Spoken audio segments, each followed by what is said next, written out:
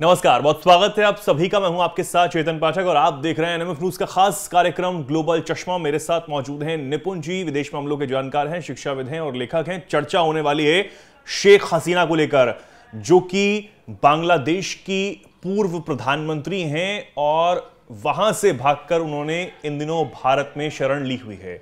भारत में आने के बाद हालांकि उन्हें सार्वजनिक तौर पर अभी तक नहीं देखा गया है, लेकिन जिस तरीके से बांग्लादेश की तरफ से उन्हें वापस लाने की बात जो अब होती चली जा रही है और दिन प्रतिदिन ये जो मांग है, ये जो बात है, जोर पकड़ती हुई नजर आ रही है। इस बीच शेख हसीना की जो मुश्किलें हैं वो बहुत ज्यादा अब बढ़ चुकी हैं। सवाल यह है कि क्या भारत इन मुश्किलों में शेख हसीना का साथ दे पाएगा, और सबसे बड़ा सवाल यह कि कब तक दे पाएगा, क्योंकि बांग्लादेश की जो अंतरिम सरकार है वो ये चाहती है कि किसी भी हालत में शेख हसीना वापस बांग्लादेश आए और उनके खिलाफ जो तमाम केसेस चल रहे हैं उनकी पैरवी हो और उसके बाद शेख हसीना को सजा दी जा सके। अब इसके लिए इंटरपोल की मदद भी ली जाने की बात की जा चुकी है। अब यही हम समझेंगे कि आखिर इंटरपोल क्या है और क्या इसके बाद शेख हसीना के पास कोई विकल्प नहीं बचता है कि वो बांग्लादेश ना जा पाए, उनको बांग्लादेश क्या जाना ही पड़ेगा। यही सबसे बड़ा सवाल अब बना हुआ है।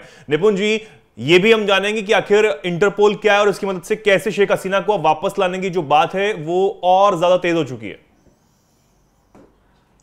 हाँ, देखिए, बड़ा सुंदर प्रश्न चेतन जी आपका। मुद्दा भी आज बहुत अच्छा आपने उठाया, लेकिन पहले तो हम थोड़ा सा बात करेंगे कि ये मुद्दा उठा क्यों है। और ये जो मुद्दा उठा, प्रत्यर्पण व्यवस्था इसको बोलते हैं, एक्सट्राडिशन सिस्टम या ट्रीटी इसको बोलते हैं। और एक्सट्राडिशन ट्रीटी की जब हम बात करते हैं तो बांग्लादेश के साथ हमारी 2013 में ट्रीटी हुई थी, एक्सट्राडिशन ट्रीटी, जिसको हिंदी में बोलते हैं प्रत्यर्पण संधि, जिसको 2016 में भी अमेंडमेंट किया गया था, संशोधित किया गया था। अब तक देखिए क्या है कि इंटरपोल जाने की जो बात है, ये बांग्लादेश में जो प्रेजेंट में अंतरिम गवर्नमेंट है, इंटरिम गवर्नमेंट जो है, उसके बाद बेफालतू की बात इसलिए हो जाती है क्योंकि अभी तक भी बांग्लादेश के इंटरिम गवर्नमेंट ने भारत के साथ प्रत्यर्पण के लिए कोई औपचारिक निवेदन नहीं किया है, कोई औपचारिक तरीके से कोई कम्युनिकेशन एस्टेब्लिश नहीं किया है। और रही बात इंटरपोल जाने की, तो इंटरपोल तो तब की बात बनती जब वो भारत से पहले रिक्वेस्ट कर चुके होते, भारत उस पर अपनी प्रतिक्रिया दे दिया होता, उसके बाद वो जाते, तो ये बात बहुत सीरियस बात होती कि हाँ भाई, गंभीरता के साथ वो बात को रख रहे हैं। लेकिन अभी तक उन्होंने कोई औपचारिक निमंत्रण नहीं दिया है, औपचारिक निवेदन नहीं किया है, हमसे कोई बात नहीं कही है, तो इस तरह की बात अभी करना मुझे लगता है कि बेतुकी कोई बकवास है। अब इंटरपोल की जब हम बात करें, देखिए इंटरपोल एक इंटरनेशनल इंस्टीट्यूशन है। यहाँ पर क्या होता है कि कभी भी कोई इस प्रकार के अपराधी जो होते हैं, और अपराधी क्या, जिसमें आपका चाहे ड्रग्स के मामले को लेकर हो, चाहे आपका ह्यूमन ट्रैफिकिंग को लेकर हो, चाहे आपका टेररिस्ट हो या आपका कोई क्रिमिनल हो, तो बड़े बड़े चार्जेस जिन पर होते हैं, उनके लिए अगर कोई देश किसी देश को, जैसे मान लीजिए उनके साथ उनके द्वारा बांग्लादेश गवर्नमेंट के द्वारा कहा जा रहा है कि भाई शेख हसीना जो है वो बांग्लादेश में अपराध करके भागी है भारत में, उसका उन्होंने आधार क्या बनाया कि बांग्लादेश में जो शेख हसीना सरकार थी उनके समय में बहुत सारे यहाँ पे क्या जेनोसाइड हुए हैं, और काफी बड़ी संख्या में उन्होंने रिक्वेस्ट भेजी है इंटरपोल में कि हमारे यहाँ जेनोसाइड हुआ है, ये है, वो है, ये बात उन्होंने भेजी है, रिक्वेस्ट करी है, बहुत सारे वहां पर देश दर्ज कराए हैं। खुद बांग्लादेश के अंदर भी FIR क्या कराई है, दर्ज कराई गई है शेख हसीना के सरकार के ऊपर या शेख हसीना के ऊपर।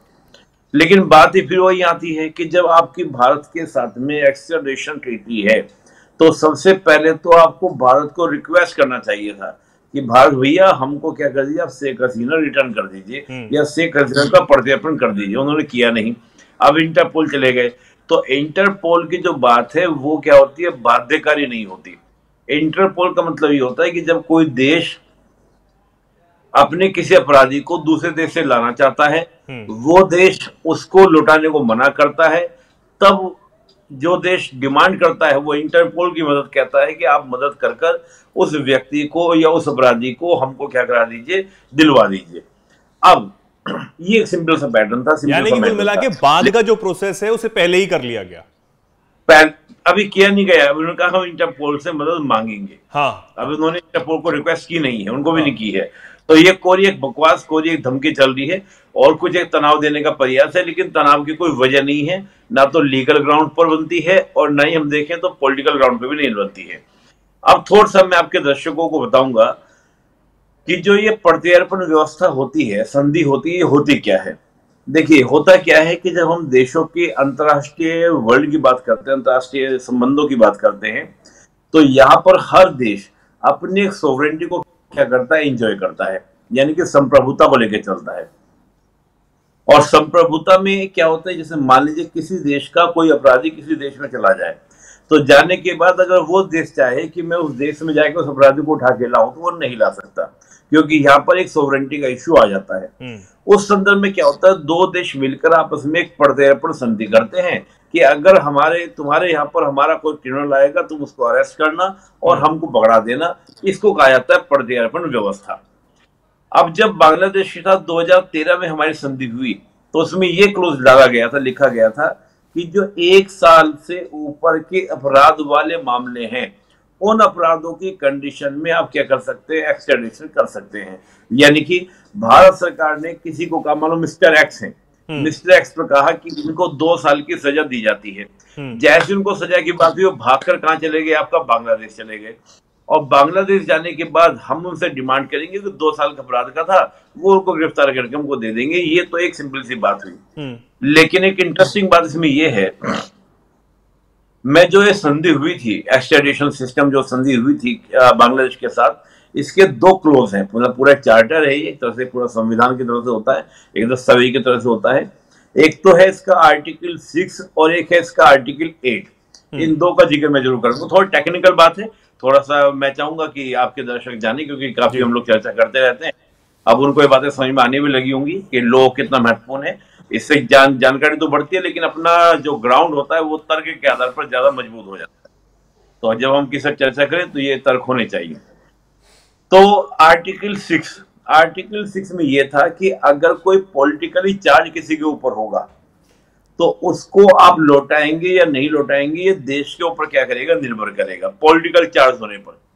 अब देखिए यहाँ पर जो सीना है वो क्या है, एक पॉलिटिकल लीडर है, पीएम रही थी, और पीएम वो क्या होती है, भारत आती है। तो ये एक पॉलिटिकल लीडर वाली कंडीशन हो जाती है। बांग्लादेश सरकार ने, इंटरिम गवर्नमेंट ने यहाँ पर चालाकी क्या की कि जैसी बांग्लादेश से शेख हसीना यहाँ पर आती हैं, तो उनके ऊपर बहुत सारे केस रजिस्टर कर दिए जाते हैं, एफआईआर कर दी जाती है। अब एफआईआर इसलिए की जाती है ताकि बांग्लादेश की जो शेख हसीना है वो केवल ये न रह जाए कि उन्होंने एक पॉलिटिकल एस्लम लिया है भारत में। वो ये घोषित करना चाहते हैं कि जो शेख हसीना है वो यहाँ के अपराधी है।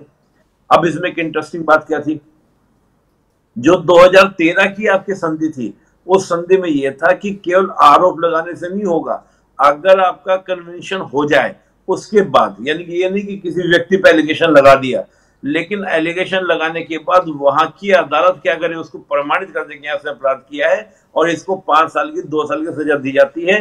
तब ये 2013 में था, लेकिन जब 2016 में संशोधन किया गया तो उसमें भारत और बांग्लादेश में ये हो गया था तय कि अगर एफआईआर भी दर्ज होगी, उस बिहाफ पर भी हम क्या कर सकते हैं, पॉलिटिकल आपका जो एक्सट्राडिशन है उसको हम कर सकते हैं, यानी कि उसकी हम डिमांड कर सकते हैं।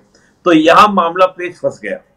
वैसे अगर 2013 का हम लेके चलते तो इस आधार पर भी शेख हसीना को लौटाने की बात नहीं बनती, लेकिन जो 2016 में अमेंडमेंट हुआ, उस अमेंडमेंट की वजह से मामला यहाँ पर फंसता है। अब दूसरी बात, अब इसमें भी एक और चीज है कि किस तरीके से शेख हसीना की उस वक्त सरकार थी और आज शेख हसीना ही उस मामले में फंसी हुई है।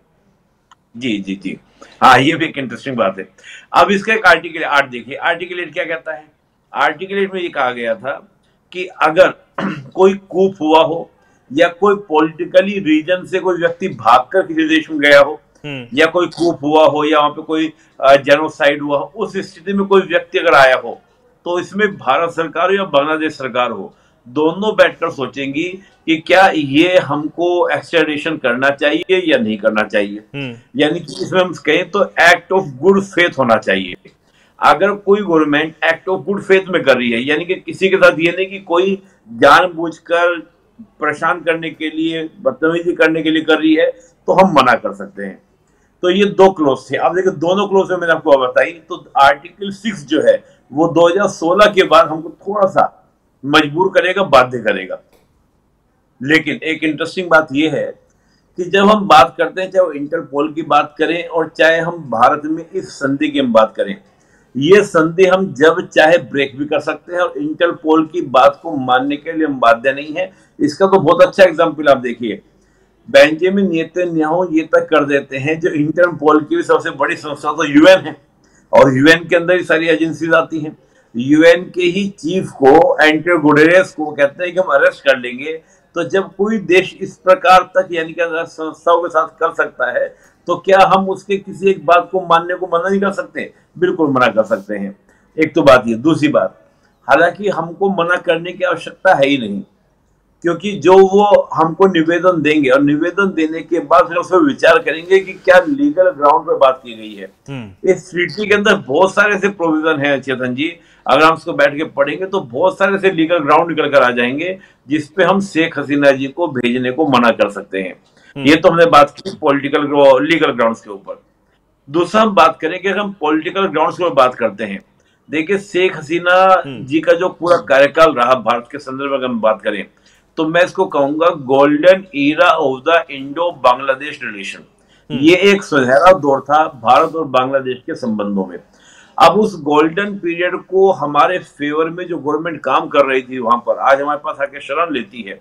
और आज की जो प्रेसिडेंट वहां पर इंटरिम गवर्नमेंट है, उसको देखकर आप कतई नहीं कह सकते कि वो प्रो इंडिया होने वाली है। उनके जितने आप स्टेप देखेंगे वो सारे स्टेप क्या है, एंटी इंडिया वाले हैं। ऐसे में कोई सरकार आपके साथ हर टाइम खड़ी रही है, शुरुआत से लेकर एंड तक हर मामले में लेकर खड़ी रही, तो उस सरकार का आपको साथ देना चाहिए। क्योंकि इसका मैसेज केवल ये नहीं कि शेख हसीना बांग्लादेश को जाएगा, इसका मैसेज सराउंडेड जो हमारे जैसे नेबर कंट्रीज हैं उनको मैसेज जाता है कि भारत जो है, जो भारत के साथ खड़ा होता है, उसको वो क्या करता है, बिल्कुल हमेशा क्या करता है, सपोर्ट करता है, एनी कॉस्ट सपोर्ट करता है। और एक इंटरेस्टिंग बात, इंटरनेशनल जितने भी आप कंट्रीज देखेंगे, उन्होंने जानबूझकर शेख हसीना को पॉलिटिकल एसिलम नहीं दिया ताकि वो इंडिया को टेस्ट कर सके कि इंडिया किस हद तक जा सकता है अपने फ्रेंड्स की सुरक्षा देने के लिए। ब्रिटिश को क्या दिक्कत हो गई थी, ब्रिटिश ने तो ना जाने कितने कितने लोगों को, किस किस क्रिमिनल को, नवाज शरीफ जैसे मतलब पता नहीं कितने लोगों को उन्होंने पॉलिटिकल एसिलम दिया है। शेख हसीना से उनको दिक्कत हो रही थी। ब्रिटेन तो कहता है मैं खुलकर दूंगा, जो कॉमनवेल्थ के मेंबर है, जो मेरे कंट्रोल में रहे, मैं उनको पॉलिटिकल एसिलम ओपनली दूंगा। आज दिक्कत उनको शेख हसीना को देने को हो गई। ये कहीं ना कहीं अमेरिका और ब्रिटेन की सोची समझे की स्ट्रेटजी है कि हम भारत को यहाँ पर क्या करें, एक चैलेंज दें, चुनौती दें और देखें भारत क्या करता है, भारत क्या स्टेप लेता है। तो मैं मानता हूं कि हर देश की फॉरेन पॉलिसी के सामने कुछ चैलेंजिंग टाइम आते हैं। उन चैलेंजिंग टाइम को देखना बड़ा दिलचस्प होता है कि उस चैलेंज को वो देश, लेकिन अब इस बीच ये सवाल बन जाता है कि ठीक है, शेख हसीना के समय में भारत के साथ जो रिश्ते बांग्लादेश के काफी अच्छे हुए और काफी अच्छे थे, इस बात को सब जानते हैं, आपने भी इस बात का जिक्र किया। लेकिन अब शेख हसीना ने सबसे महफूज जगह भारत को समझा जब उनकी जान पर भी बनाई थी, और इसके बाद अब हम बांग्लादेश के साथ जो बांग्लादेश सरकार कर रही है या फिर बांग्लादेश की जो भी वहां पर लोग हैं वो भारत के खिलाफ बयानबाजी करते हैं। यहां पर जो शेख हसीना है उनको वापस लाने की हर कोशिश जो है वो की जा रही है। लेकिन अगर भारत पूरी तरीके से शेख हसीना का साथ देता है और इस संधि को मानने से मना कर देता है, तो हमारे जो रिश्ते हैं वो सिर्फ शेख हसीना तक सीमित हो जाएंगे, बांग्लादेश के साथ रिश्ते तो और ज्यादा खराब हो जाएंगे।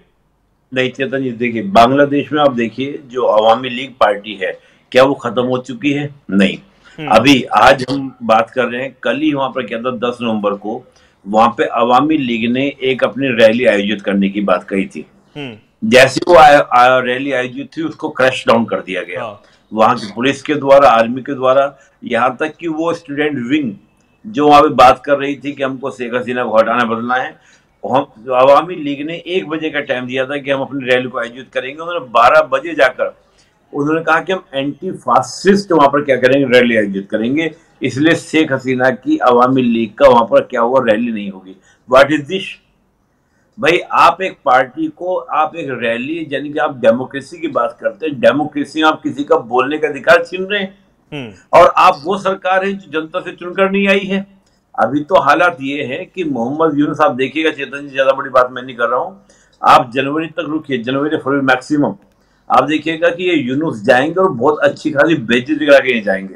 मैं ऐसे नहीं बोल रहा हूँ इस बात का, मैं आपको 2-3 घटनाक्रमों का लिंक दे देता हूँ। अभी डोनाल्ड ट्रंप जैसी जीते, शेख हसीना जी से उनकी टेलीफोनिक कन्वर्सेशन हुई, अब जैसी बातें निकल कर आई, बड़े बड़े मीडिया आउटलेट उसको प्रकाशित कर रहे हैं कि ट्रंप ने ये कहा है कि हम शेख हसीना को ही मानते हैं कि वहां की क्या है गवर्नमेंट है, बांग्लादेशी गवर्नमेंट है, हम मोहम्मद यूनुस की गवर्नमेंट को लेजिटिमेट नहीं करेंगे। मेन डेट क्या निकल कर आ रहा है, शेख हसीना जब वहां से आई तो उनका यही कहना था कि सब कुछ किया धरा जो है वो बाइडेन एडमिनिस्ट्रेशन का है, अमेरिका का किया धरा है, यानी कि एक बड़ा घटना। और दूसरा, वहां पर जो दूसरी पार्टी है अवामी लीग के अलावा वो है आपका बीएनपी, बांग्लादेश नेशनल पार्टी, उनकी फ्राइडे को वहां पर क्या हुई है, पूरी बड़ी बड़ी मतलब एक ह्यूज वहां पे नंबर था, एक बड़ी संख्या में लोग आए थे। क्या मांग थी अब बांग्लादेश यानी कि बीएनपी के कहना यह था कि जल्द से जल्द इलेक्शन कराओ, जल्द से इलेक्शन कराओ, और 2 महीने उनको नोटिस दिया गया है कि 2 महीने के अंदर आप करा लीजिए, नहीं तो हम मार्च में नेशनल वाइज क्या करेंगे, प्रोटेस्ट करेंगे। ये दूसरी पार्टी बीएनपी जो डेमोक्रेटिक पार्टी है, ठीक है, वो हमारे फेवर रहती है, हमारे एंटी रहती है बीएनपी, लेकिन वो भी वहां पे इलेक्शन की बात कर रही है। अब मोहम्मद यूनुस क्या कह रहे हैं, मोहम्मद यूनुस कह रहे हैं कि पहले हम बांग्लादेश के कॉन्स्टिट्यूशन में बहुत सारे रिफॉर्म करेंगे और रिफॉर्म करने के बाद इलेक्शन करेंगे, जबकि बीएनपी कहना क्या है कि पहले इलेक्शन बाद में रिफॉर्म। यानी कि जो वहां पर 2 मेजर ब्लॉक आपके हो गए, यानी कि 2 पावर हाउस हो गए, एक तो मोहम्मद यूनुस हो गए, उनके समर्थक हो गए, और दूसरी तरफ आपके कौन हो गए आपका, यानी कि शेख आपकी खालिदा जिया की पार्टी अवामी लीग हो गई, सॉरी बीएनपी हो गई। अब इस शेख हसीना को हम साइड में कर देते हैं, उन्हीं के बीच में तारतम्यता नहीं बन रही है। और मोहम्मद यूनुस ने तो खुलकर कहा था कि मैं तो बाइडेन प्रशासन का धन्यवाद देता हूं जिन्होंने मुझे सरकार बनाने में क्या की, मदद की है, ये बात भी क्लियर हो गई। अब ट्रंप का जिस प्रकार का रवैया रहा है, भारत के पक्ष में रहा है, मैं ये नहीं कहता हूं कि ट्रंप भारत के प्रति बहुत उदार है, हम इमोशनल हो जाएं ट्रंप के प्रति, ऐसा नहीं है, लेकिन मैं हमेशा बोलता हूं कि ट्रंप अगर जियो पॉलिटिकल जियो स्ट्रेटेजिकल चूज करते हैं तो भारत को चूज करते हैं, क्योंकि भारत की व्यवस्था ऐसी है, ऐसी लोकेशन है कि वही ट्रंप का जो मंसूबे हैं, ट्रंप के जो उद्देश्य हैं, उनको पूरा कर सकता है। अब यहाँ पर बात है कि अगर ट्रंप ने तय कर लिया, अमेरिका ने तय कर लिया कि हमको शेख हसीना गवर्नमेंट को वहां पर वापस लाना है, तो कौन सी ताकत ऐसी है जो रोक पाएगी? चीन इस मामले में नहीं आएगा। चीन क्यों नहीं आएगा? कि देखिए, जो बांग्लादेश की आप लोकेशन देखेंगे, बांग्लादेश की जो अवस्थिति देखेंगे, वो सराउंडेड भारत है। भारत के लिए बेटर सिचुएशन है कि जो चाहे वो बांग्लादेश में क्या करे, चेंज करवा दे। ऊपर से अमेरिका का सपोर्ट है, तो चीन इसमें क्या करेगा? चीन के भी हाल ही में संबंध अच्छे हुए भारत से। और आप सिंपल देखिए, बांग्लादेश की चाहे प्रेजेंट गवर्नमेंट हो या शेख हसीना गवर्नमेंट रही हो, हम ये नहीं कह सकते कि चीन के साथ बहुत अच्छे उनके संबंध रहे, बहुत अच्छे रिलेशंस रहे हैं। और जिस प्रकार की किरकिरी हो रही है प्रेजेंट गवर्नमेंट की, चाहे वो चिटगांव वाला प्रकरण जो भी हाल ही में हुआ था, हिंदुओं के ऊपर बहुत हमले हुए थे, आपने सुना भी होगा, आप न्यूज भी कवर की होगी आपने, तो आपने देखा उसमें इस प्रकार की जो किरकिरी हो रही है ह्यूमन राइट्स को लेकर, इस स्थिति में मैं नहीं समझता कि चीन रशिया जैसे देश में कोई हस्तक्षेप करेंगे।